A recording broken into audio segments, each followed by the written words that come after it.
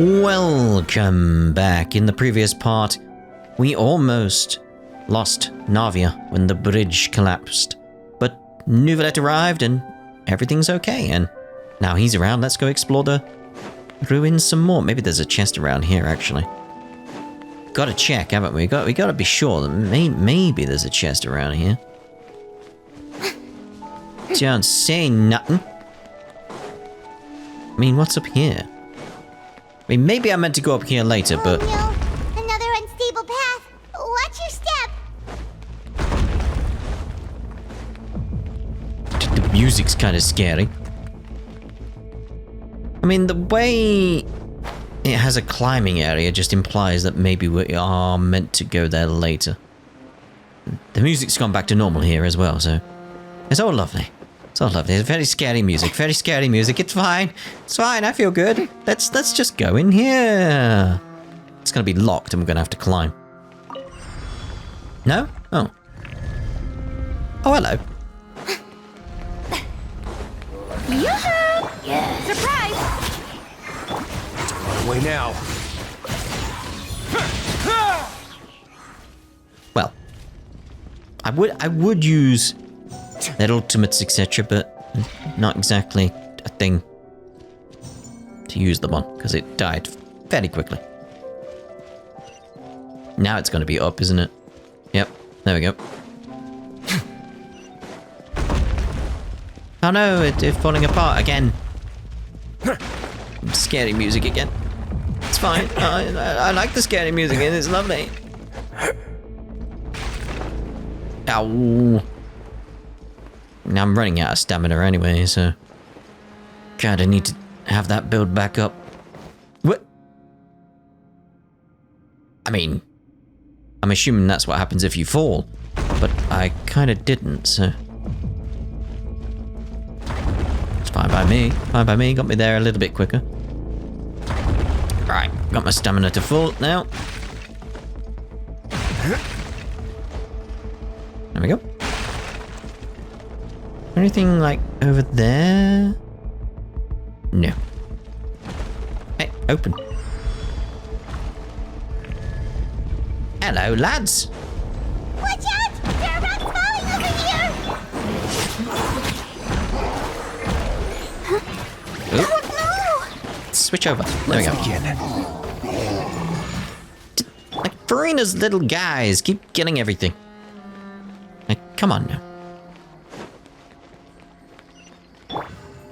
Alright. It seems we're almost at the top. Keep it up! A chest! At least they got another chest. The music tells me that I'm safe. Yoo-hoo! Over here! Let the show begin. Away now.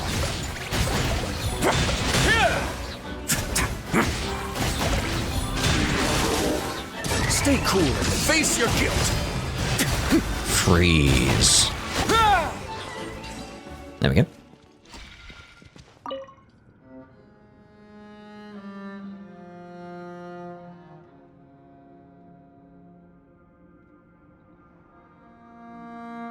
No noise with that. No scraping stone or anything. Oh. Makes sense if it's an elevator of some sort.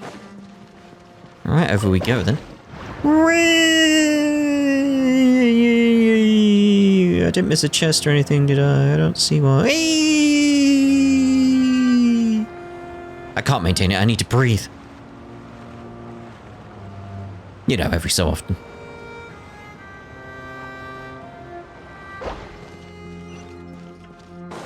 Very, very interesting ruins, though.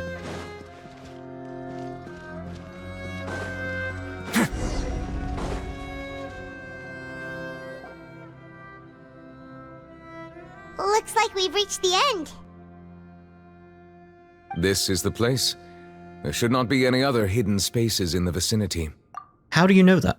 The path sure had some twists and turns, but it turns out that this place isn't actually that big. There seems to be something on the wall.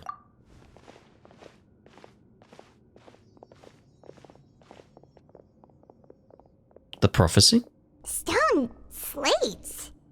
It seems like they were put here as an offering. Could we take them down and have a look?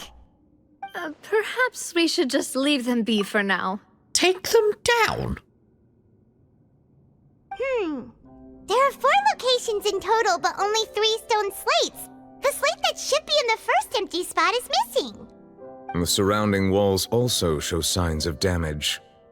There's something written below. Let Paimon see. Reason dictates that this nation be destroyed. I shall record the history of its future here in its past. Say what? Time travel? It feels like someone left these slates and these words here for a purpose. But does he mean that Fontaine should be destroyed?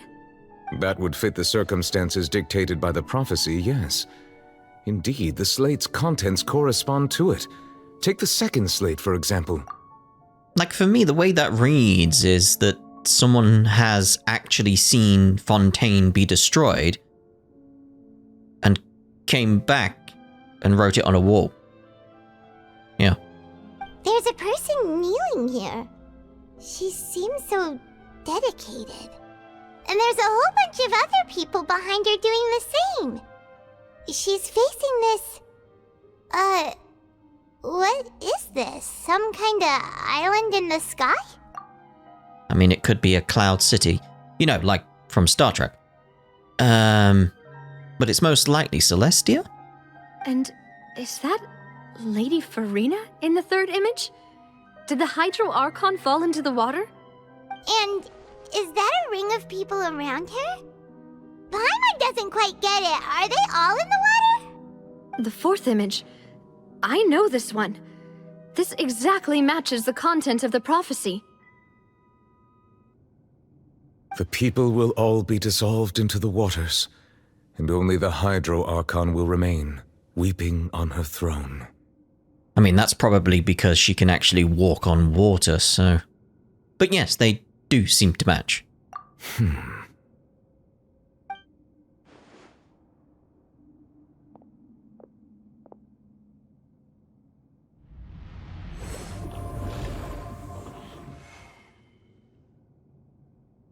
What did you do?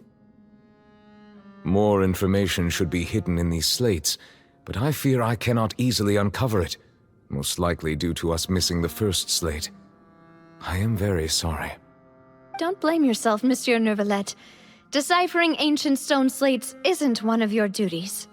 Ooh, Paimon's getting the chills just looking at these slates. I'm getting the chills because it's quite cold in here, actually. I should turn the heating up. This says that it's the history of the future, right? That means the prophecy's sure to come true. I really hope it doesn't mean that. It depends how potentially time travel, etc. works in this universe/series. Still, Paimon feels like these images are kind of weird when you look at them together. Huh?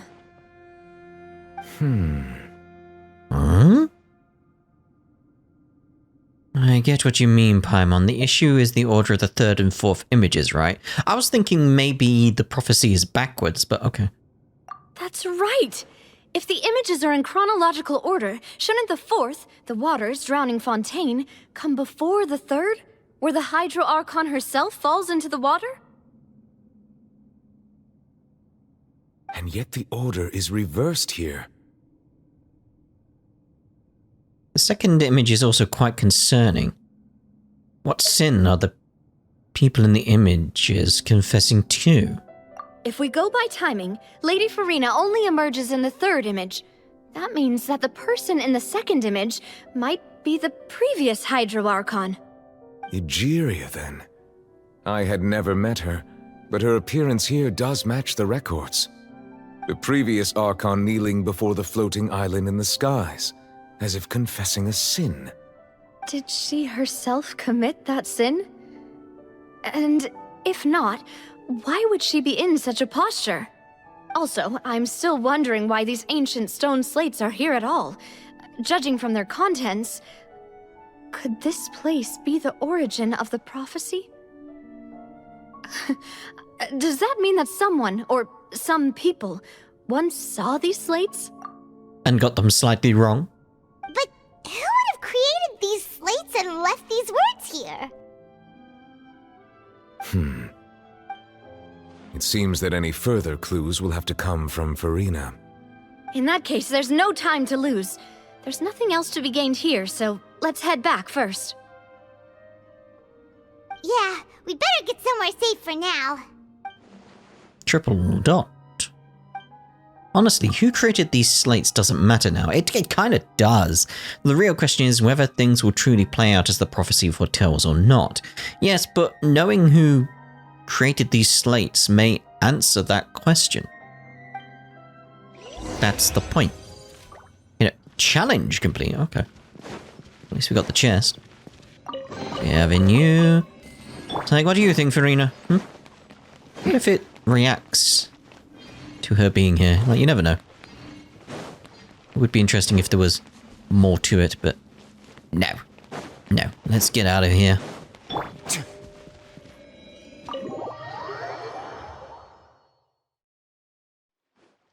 Let's split up here.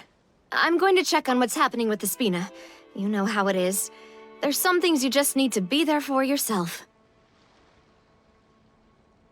You still have energy for that, Navia? Paimon's already beat. Just head back to the Fluvsandre and have a rest then. Thanks for keeping me company all this time. I'll depart as well. Thanks for your hard work today. Rest well, everyone. Traveler, I will go talk to Farina tomorrow morning to ask about the stone slates. I'm sure that you're concerned about this matter as well. If you have time, drop by my office. I will share the results of our discussion with you. Alright, I'll see you tomorrow. Are you really gonna talk to her about this directly? Will that be a problem? Paimon's getting a little scared now that it's come to this.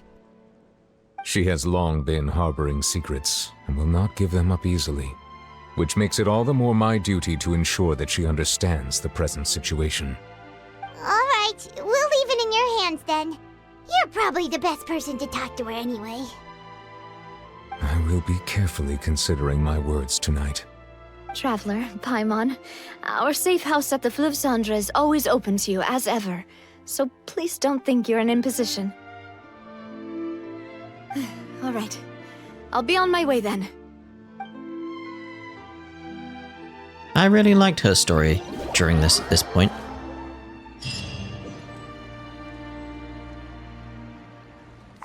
We're finally back!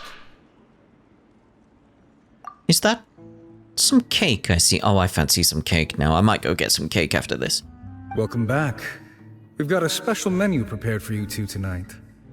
Yay! And there's good food too! No, the boss is the best. No, you did great as well, Paimon, yes. Ooh, desserts! Nice, these are all Paimon's! I still don't like the look of that cake, though.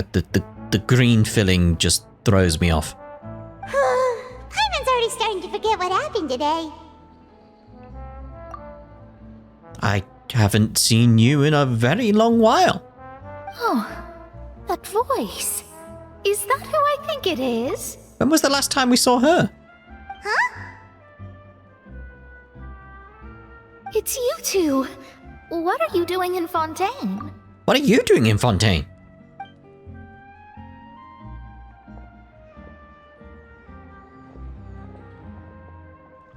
Mona? Did the stars not tell you that we might meet here? Seriously, nobody just uses a scry glass whenever they've got time to just see who they'll meet on the road. Still, we didn't expect to see you here. Wait, you're not a Fontanian, are you, Mona? Well, I have some business to attend to here, so I booked a hotel in the city. I was just out for a stroll when I bumped into you. Quite unexpectedly, if I might add. Why did you think I was from Fontaine, though? Is that because Magistus doesn't sound much like a Mondstatter surname? No, it's more a case of like, you might want to leave if you are. Yeah, let's go with that. Well, I used to have my own surname, which was, well, some other thing. Either way, the old hag told me when she took me as her disciple that the first step to being a great astrologist's pupil was to change that name. There was nothing for it, really. She really is amazing at astrology, so I changed my name to what it is now according to her wishes. To my surprise, however, Megistus is not the name of some ancient house or clan. It isn't? Nope. Although it is used by us in place of surnames, it generally just means great. Wow! Imagine including a boast in your name. Wait, are you gonna have to put that into your genealogy as well? I reckon so. In any case, I'd give my disciple a name like this as well, if I were to take one. And may I ask what your master's name is? Is it someone we know or someone we've heard of before? Astromancer Barbeloth Trismegistus. Whoa, that's a long one. Does it also mean great or something? My name means Mona the Great Astrologist. As for the old hag, hers is, in plain speech, the thrice as great Scholar of the Stars. Just take it as a title specific to astrologists. Thrice as great? That's so petty. I know, right? That's just how she is. She used to call herself Megistus, actually, but when she took me in, she changed her name to Trismegistus. Talk about excessive. Megistus is thus the calling card of our school, so to speak, which makes it about the same as a surname. It's all right if you don't get it. You can look into it further should you need to study astrology more deeply. Alright, then how about triple strength traveler? Or triple appetite Paimon? That sounds terrible! Accurate, though. But anyway, you're not Fontanian, are you, Mona? You're from Mondstadt, right? Well, I was born in Mondstadt, yes. My parents migrated to Dornman Port, and I traveled with the old hag for a while, after which I settled down in Mondstadt City. Oh, that's a good thing then. At least we know you won't be dissolved by Fontaine's waters. Speaking of that, I'm sure you're aware that a bunch of things have happened here in Fontaine, right? I know you're not a local, but I'd avoid getting too close to any water that looks strange all the same.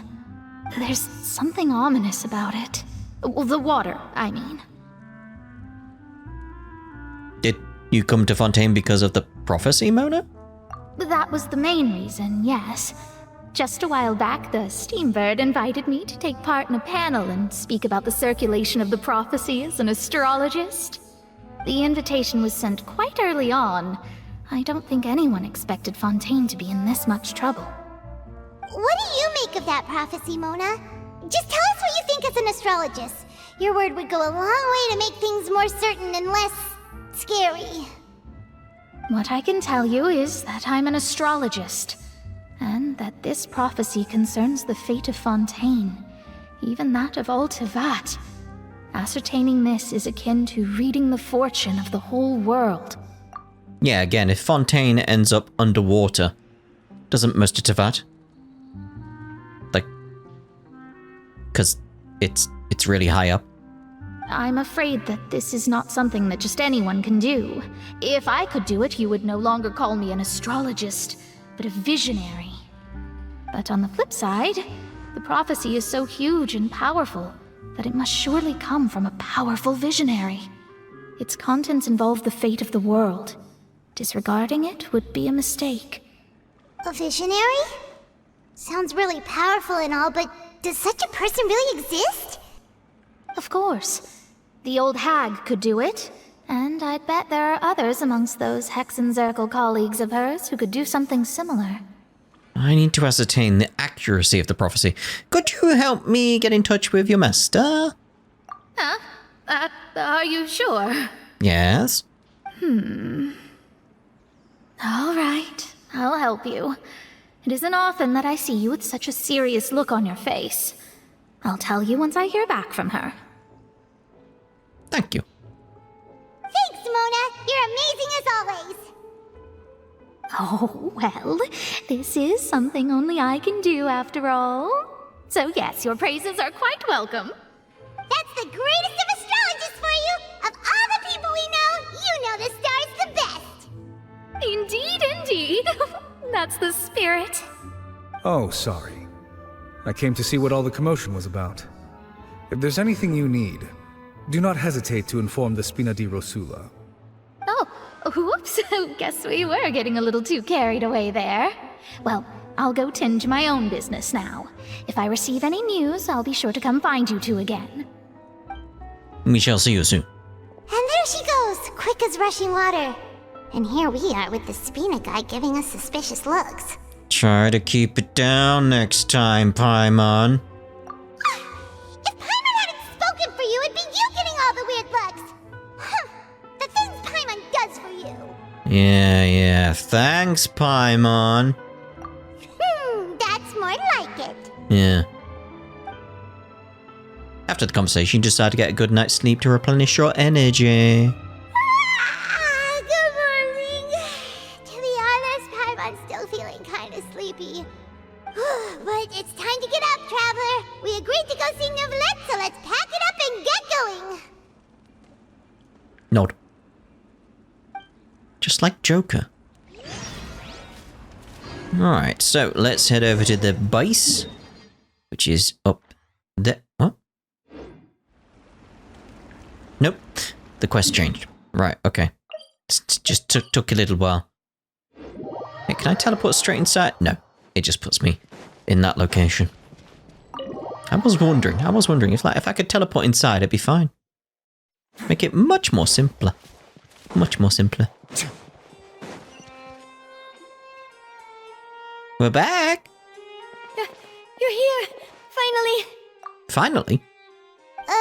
Is something wrong? Monsieur Neuvillette and Lady Farina, they seem to have gotten into a dispute. Please go see for yourself. Oh dear. It's not about the cake, is it? Like I said, I've already explained everything. And yet the problem has not been properly solved. There is little space for excuses between us. It is not my intention to offend you, but please, tell me where you stand. You are the Hydro Archon Focalors, are you not? Look at this. This is a list of the victims from the recent Poisson incident.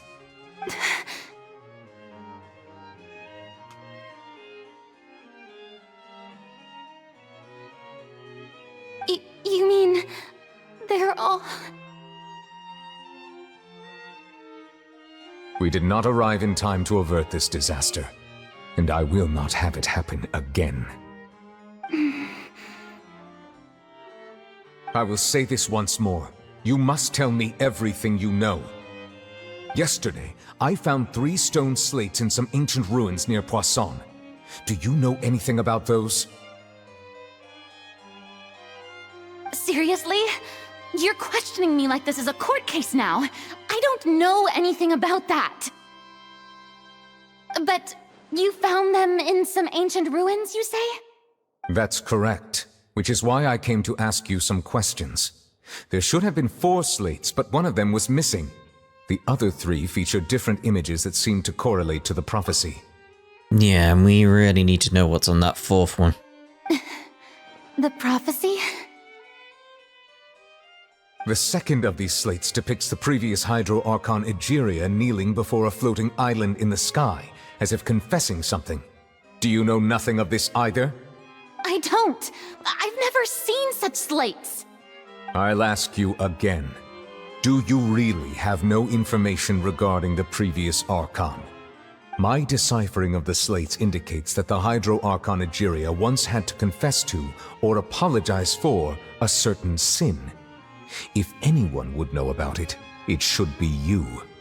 All gods don't have the same secrets, you know. She was herself and I'm me. Is it really so strange that I know nothing? I understand your concerns, but I'm sorry. I just don't have anything to tell you. Forgive me for saying this now, Lady Farina, but I have long known of your various secret investigations into certain matters. There are several indications that you have been investigating the prophecy on the sly. This is not strange in itself, considering that you are the Hydro Archon.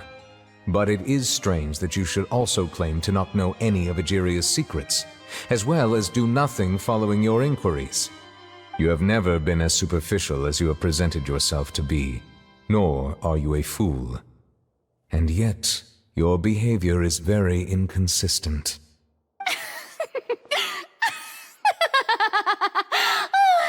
So you've been watching me all this time, have you? I didn't think you were that type. You... He's just observant. Well, since you know about my secret investigations, then you should know I'm actually working to take care of it. There's no point questioning or suspecting me. You're the Eudix, but you're still my subordinate. You should be following my lead. Just trust in me, your Archon, and do as I say. Never mind whether you can truly convince yourself to or not. It'll all turn out fine. That's all I have to say. We do not discuss this matter again. Oh, the opera's about to start. Toodles!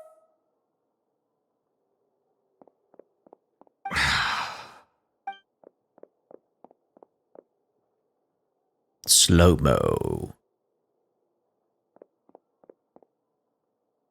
Did Farina not notice us standing by the door?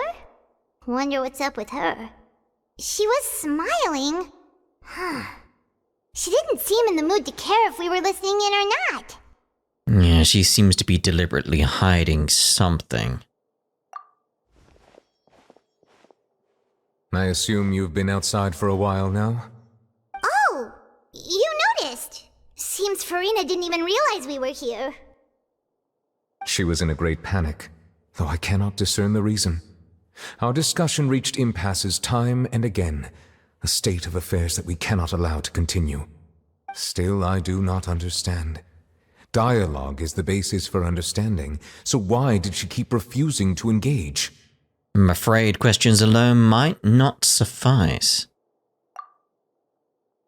We need to make her understand how dire the situation actually is. Take her to Poisson? Everyone in her inner circle has noticed that she is hiding some secret. The issue is her attitude. I fear that she will not reveal anything unless absolutely forced to. We may have to create a situation in which she will have no choice but to speak. Oh? Like what? Normally, people will only reveal the truth when standing trial. Perhaps we must have the Hydro Archon experience just such a scenario. But Farina's seen so many trials, and she's really good at dodging questions. How do we make sure that she won't just slip away at the first chance she gets? We will need to consider this thoroughly, join forces with various parties, and then do what we can. If at all possible, I would prefer to recuse myself from this affair, but we must prevent the prophecy from coming to pass. This may be cruel to her, but all Fontaine is in crisis. The information a god possesses is too precious, and so we must take a chance on this. Well, in that case, we were gonna need some help. But who will lend us their aid to do such a thing? Oh, I think I know who to call. A few days later, I'm on a boat somewhere in quiet Poisson. Well, that's everyone, huh? Speaking of which, it was pretty smart of you to think of hiding here. Poisson was just involved in a disaster, so it's presently devoid of people. That naturally makes it the best choice. And here you are drinking tea like it's the most natural thing in the world, huh? Oh yeah, that is one thing about my new group setup, by the way. It's mainly tea drinkers. So... That's what families should do. Sit and enjoy a leisurely time together. It's nice to enjoy tea here, you know? Care for a cup? Oh, Linny. I would certainly enjoy a good cup of tea. Lend me your ears, everyone. Or perhaps one of you might like to start us off. How about you, friend? Me? No, I don't think I can. Then, how about you, good sir? I fear that I will cause the mood on this boat to become as somber as it is in court. Well then, I guess we're lucky we've got a local like me to organize things. Wonderful, the spotlight at last. I guess I'll be facilitating things from here. That was a little long-winded, don't you think? Oh, you might be right. Anyway, to cut to the chase, our friend here, the Traveler, has brought us together to discuss something. As for what that is, well, let's start by saying that we'll be pooling our efforts together to create a series of traps. Oh, how intriguing. Well, it's just an expression, really. One that I just learned from Clorand, and used on the spot. So, let's invite her to explain in detail. A round of applause, please. Yay! Oh, you are as well. Okay. Huh? Didn't you say that you would be facilitating this? Oh, come now. Your work doesn't involve much public speaking, right? This is a good chance to practice. You might even pick up some fancy oratory tricks to impress your boss with in the future. I see. And what does my boss say? He is glad that you consider him your boss. Do go on.